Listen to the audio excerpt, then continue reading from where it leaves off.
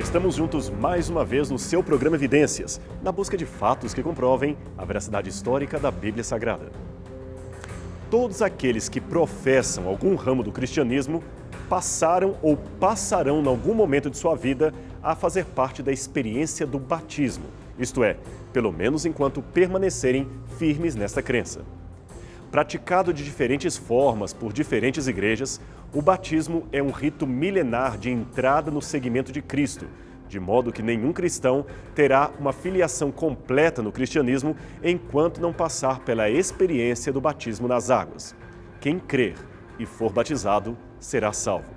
Quem não crer será condenado. Marcos 16:16.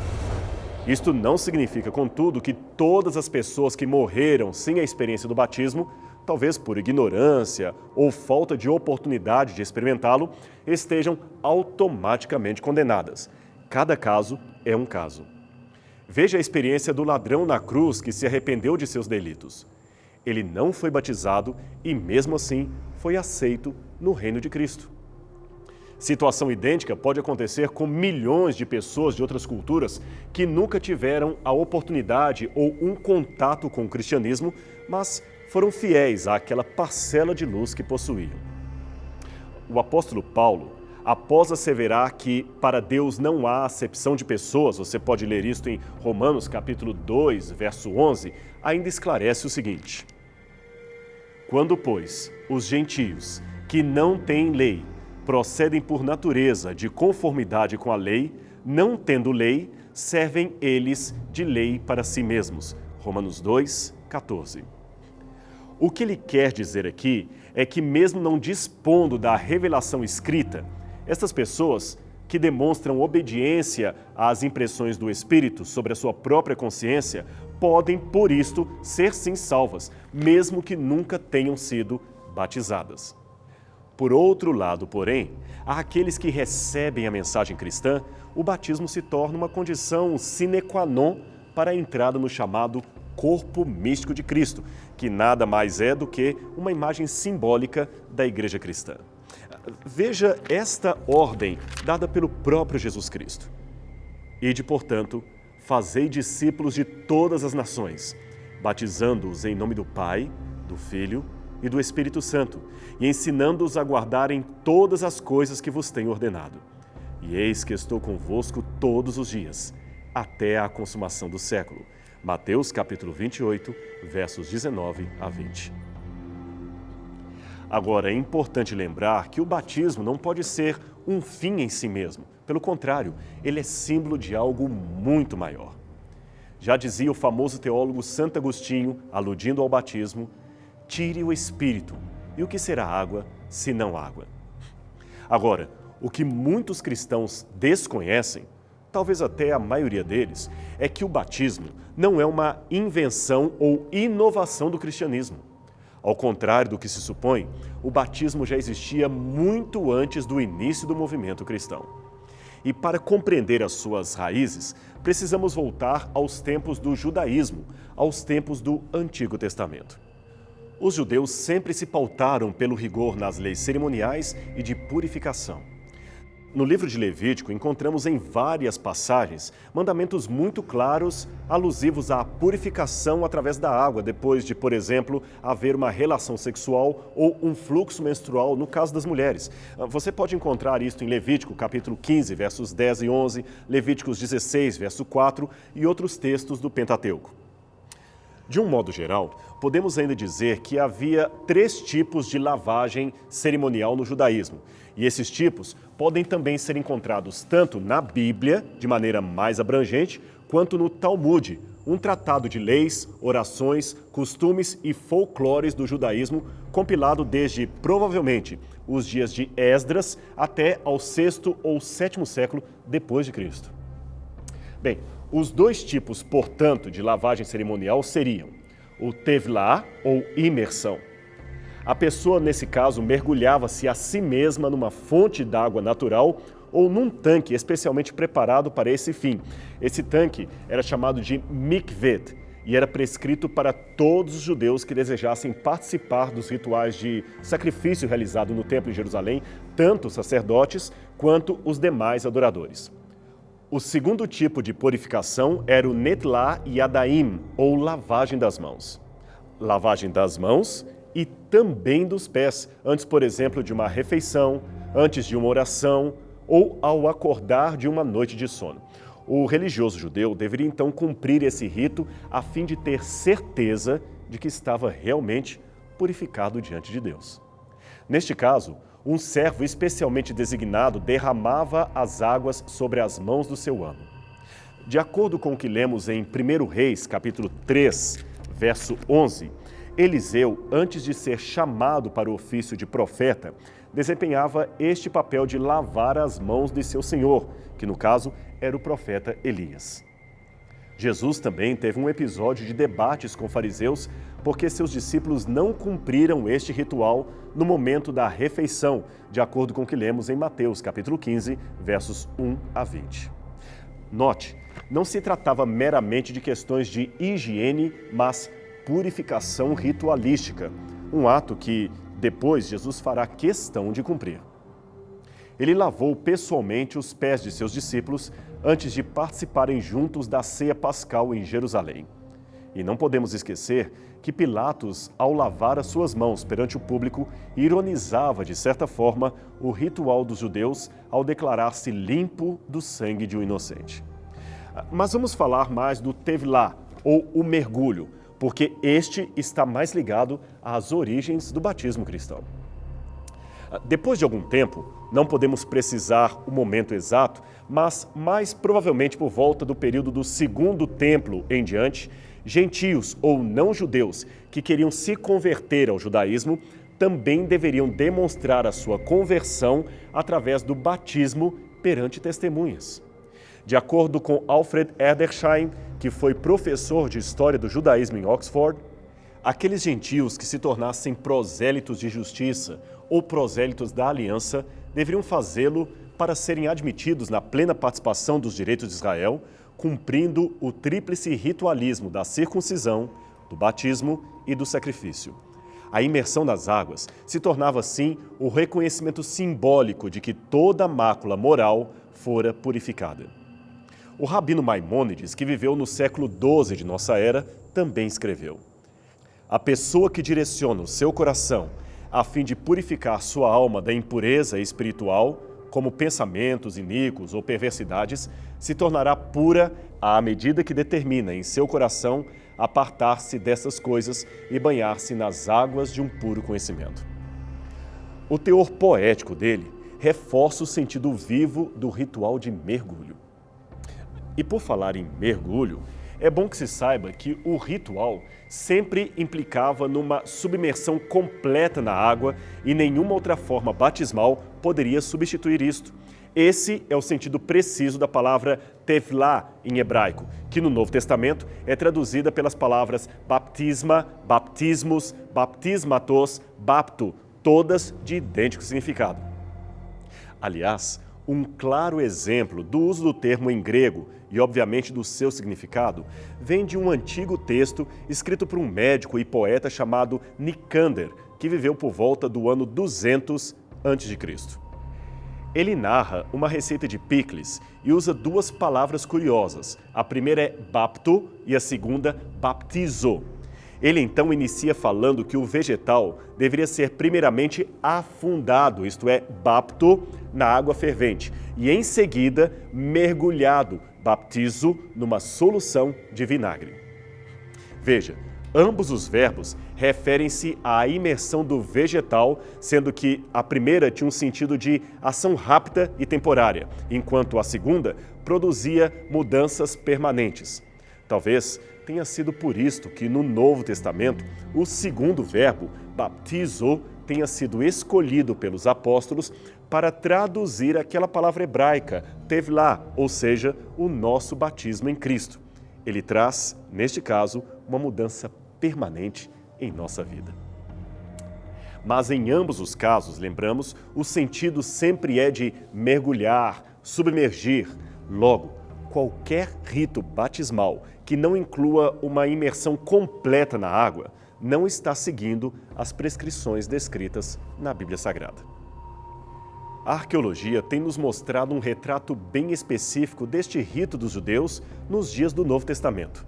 Aqui você tem os restos de uma casa do primeiro século situada no Monte Sião. Veja a banheira e do lado dela um tanque de purificações. Veja também este outro tanque mais bem preservado e datado do mesmo período. Esse aqui nos revela uma peculiaridade. O indivíduo deveria descer por uma escada e subir pela outra, indicando que desceu impuro e retornou limpo. E não é somente em Israel e nos tempos bíblicos que encontramos isso. Veja esse mikveh, este tanque judeu, encontrado em Siracusa, na Itália, e datado da Idade Média. Este outro foi localizado em Boskovice, República Tcheca, e abaixo dele temos o piso principal de uma sinagoga. Agora, é lógico que nem todos tinham a oportunidade de ter um tanque de purificação particular num dos cômodos de sua casa.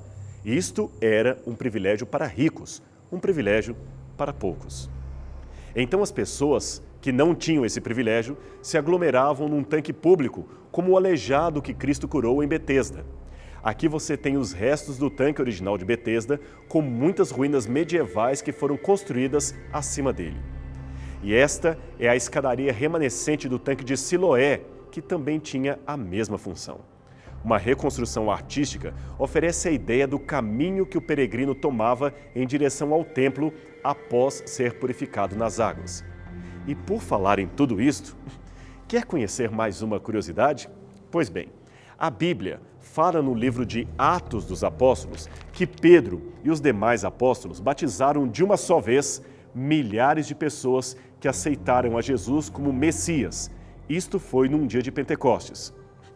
Agora, quando lemos isto no livro de Atos, a pergunta que fazemos é: onde foi que eles acharam água para batizarem de uma só vez tanta gente? Ora, considerando que o Espírito Santo fora derramado num cenáculo, mas que a pregação provavelmente aconteceu nas mediações do templo, essa parte em destaque nas proximidades da cidade velha de Jerusalém se torna uma forte candidata. Aqui foram encontradas várias ruínas de tanques de purificação normalmente usados no período do Segundo Templo.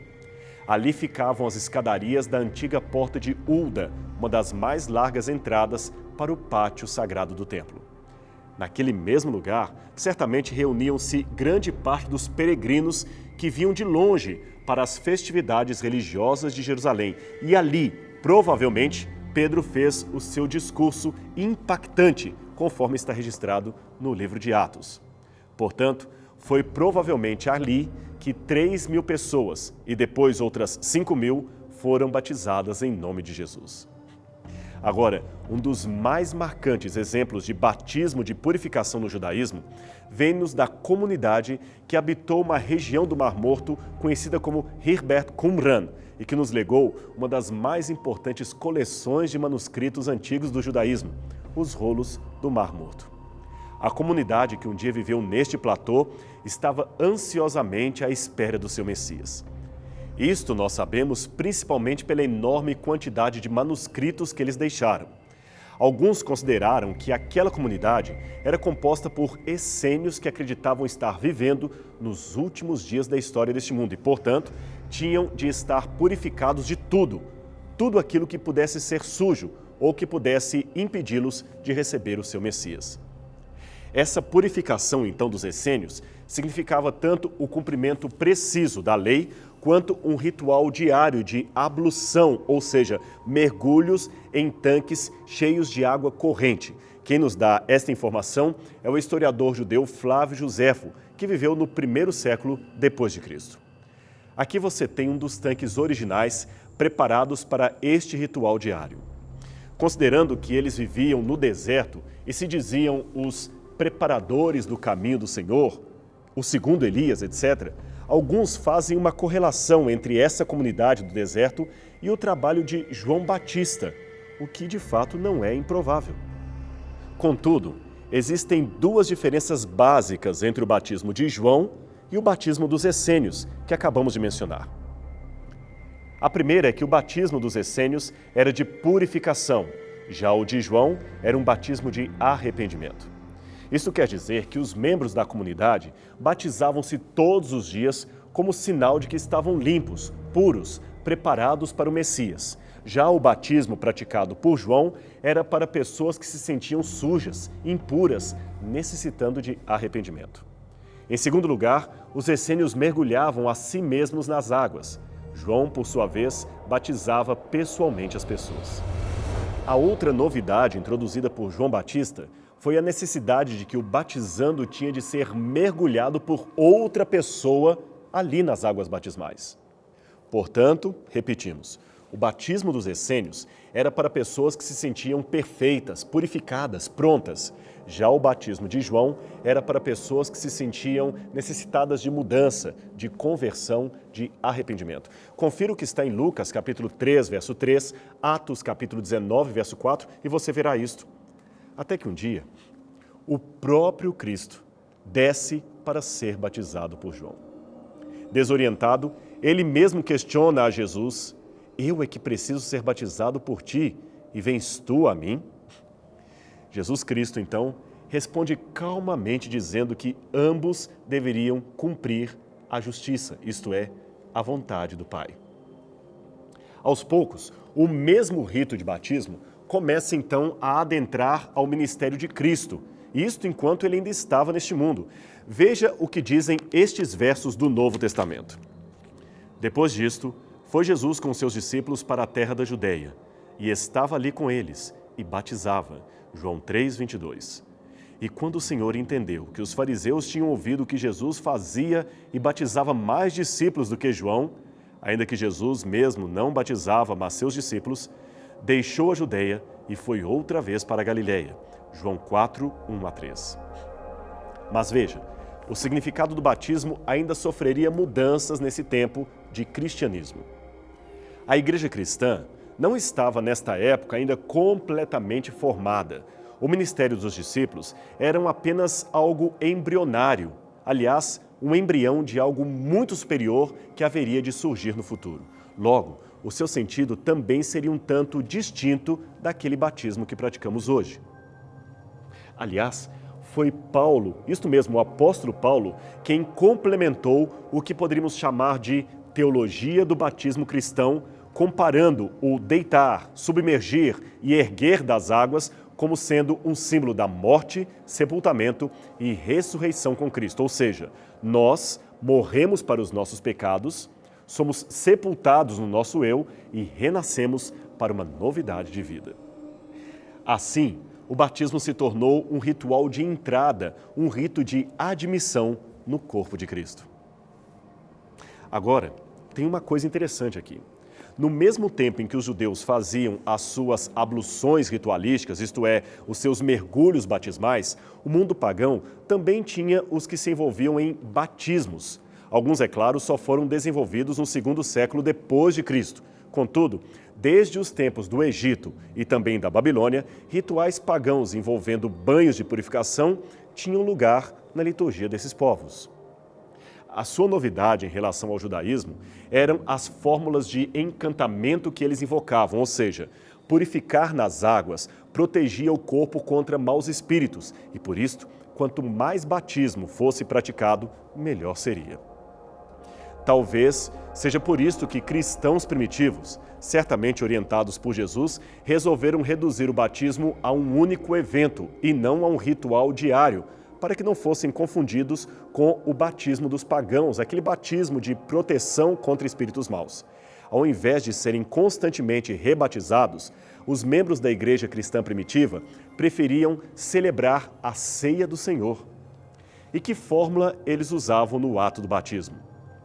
Esta pergunta surge no contexto de alguns religiosos que, ultimamente, têm considerado um erro o batismo em nome da Trindade, isto, aquele batismo em nome do Pai, do Filho e do Espírito Santo, conforme a ordem de Cristo em Mateus. Eles se apegam, em lugar disto, ao que está no livro de Atos, que, aparentemente, ordenava o batismo unicamente em nome de Jesus. Mas será que era mesmo assim? Vamos examinar com calma os fatos. Em primeiro lugar, em nenhuma passagem do livro de Atos está dito que esses batizavam em nome de Jesus. Muito menos existe uma ordem para que se batize em nome de Jesus. As passagens que se mencionam e que você pode ler depois com calma em casa, tome nota. São elas Atos capítulo 2, verso 38, Atos capítulo 8, verso 16, Atos capítulo 10, verso 48 e Atos capítulo 19, verso 5. Em nenhum desses textos temos uma ordem direta de Cristo. Nenhum deles diz, batizai em nome de Jesus. Aliás, estes textos nem são uniformes, o que era de se esperar caso se tratasse de uma fórmula batismal. A primeira e a terceira passagem dizem que eles eram batizados em nome de Jesus Cristo. Já a segunda e a quarta dizem que são batizados em nome do Senhor Jesus. Você percebeu a importância de anotarmos estas diferenças nas expressões? Afinal de contas, se trata de um rito, de uma ordem, de uma fórmula, como ela deveria ser? Deveria ser batismo em nome de Jesus, batismo em nome de Jesus Cristo ou batismo em nome do Senhor Jesus. Todas essas fórmulas estão no livro de Atos. Como você pode ver, não se trata então de uma fórmula, e sim de uma descrição acerca da autoridade em nome da qual os discípulos exerciam o ato de batizar. Ademais, vários autores do primeiro século, como Tertuliano, Clemente, Cipriano e outros, indicavam que o batismo que os cristãos faziam naquele tempo era, sim, em nome do Pai, do Filho e do Espírito Santo. E esses autores viveram muitos anos antes do chamado Concílio de Niceia, que, segundo a argumentação feita pelos críticos, foi onde se iniciou o batismo em nome da Trindade Celestial. Tal afirmação não procede em termos históricos. Falando em autores antigos, todos os relatos mais antigos que temos, datados até por volta do ano 200 depois de Cristo, nos dão a entender que o batismo cristão não podia acontecer sem um programa intensivo de doutrinamento do candidato e treinamento, conforme eles mesmos diziam, para enfrentar o combate espiritual contra o inimigo de Deus. Em sua evolução através dos primeiros 4 ou 5 séculos, o complexo sistema de iniciação cristã veio a incluir 5 fases relativamente distintas de preparação do candidato. Essas fases incluíam exame preliminar, instrução pré-batismal, demonstração de piedade cristã, o batismo propriamente dito e uma última instrução pós-batismal a fim de firmar o sujeito na fé. Por exemplo, pessoas que trabalhavam no circo romano ou que trabalhavam como gladiadores ou ainda como modeladores de ídolos e outros ofícios tinham de abandonar a sua profissão antes mesmo de poderem ser aceitos como membros da igreja cristã. E tem mais. Com todo esse contexto em mente, o mais provável é que apenas adultos fossem aceitos para serem batizados na igreja. Crianças recém-nascidas? Jamais. Tanto que o Didache, ou Ensino dos 12 Apóstolos, escrito por volta do ano 100 de nossa era, determina o jejum por parte daquele que se batiza, algo evidentemente impensável no caso de uma criança. Algumas inscrições datadas no 2º século chamam crianças de filhos de Deus, mas isto não implica que já fossem batizadas. Contudo, é fato que Irineu e Hipólito parecem aludir a uma prática de batismo infantil já existente por volta do 2º século depois de Cristo. Mas veja, essas crianças podem ser juvenis ou pré-adolescentes e não necessariamente recém-nascidos. Agora, mesmo que recém-nascidos fossem batizados, se nos basearmos prioritariamente na Bíblia, fica muito difícil sustentar um batismo que não seja numa fase em que a pessoa esteja adulta, ou pelo menos em condições mínimas de escolher o caminho espiritual ao qual deveria seguir. Mas talvez você que nos assiste deve estar fazendo uma pergunta aí. Os cristãos primitivos não eram por demais severos para receber alguém dentro da igreja, ter que deixar a profissão, vários e vários períodos de preparação? Não seriam eles muito rigorosos na aceitação de alguém para o batismo? É possível que sim. Pelos padrões modernos de aceitação, aquele comportamento da igreja cristã parece até um tanto legalista. Mas nós devemos nos lembrar que, bem diferente de nós, aqueles cristãos sofriam constantemente perseguições por causa da sua fé. Eles eram perseguidos pelo governo de Roma, eram perseguidos pelos judeus e também perseguidos pelos religiosos pagãos. Eles tinham que pagar um preço muito alto para dizerem que eram servos de Cristo. E por isso mesmo, eles sabiam que não podia haver na igreja quem não estivesse realmente disposto a padecer por sua fé. E isto é algo muito sério. E quanto a você que vive hoje no século XXI? Você que diz ser um seguidor de Cristo, você já experimentou essa experiência do batismo? Esse batismo que a Bíblia fala, o batismo nas águas, feito numa época em que você pode realmente escolher com consciência seguir a Jesus Cristo? Se a sua resposta é não, deixe-me perguntar-lhe, o que você está esperando? Não está na hora de se tornar uma nova criatura moldada pela graça de Deus? Veja, eu não estou dizendo que o batismo vai salvar você. O batismo também não é um banho de purificação contra mal-olhado. O batismo é uma demonstração pública, exterior, daquilo que aconteceu no seu coração. É uma forma de demonstrar às pessoas que você realmente aceitou a Jesus como seu Salvador pessoal. Então, estude a Palavra de Deus, deixe o Espírito Santo transformar a sua vida e demonstre isto através do batismo nas águas, o seu casamento público com Cristo Jesus. O programa Evidências de hoje vai ficando por aqui, mas na semana que vem nós temos outro encontro para mais um estudo da Palavra de Deus e das verdades divinas. Portanto, não perca o nosso programa aqui na TV Novo Tempo, o seu canal da esperança. Até lá!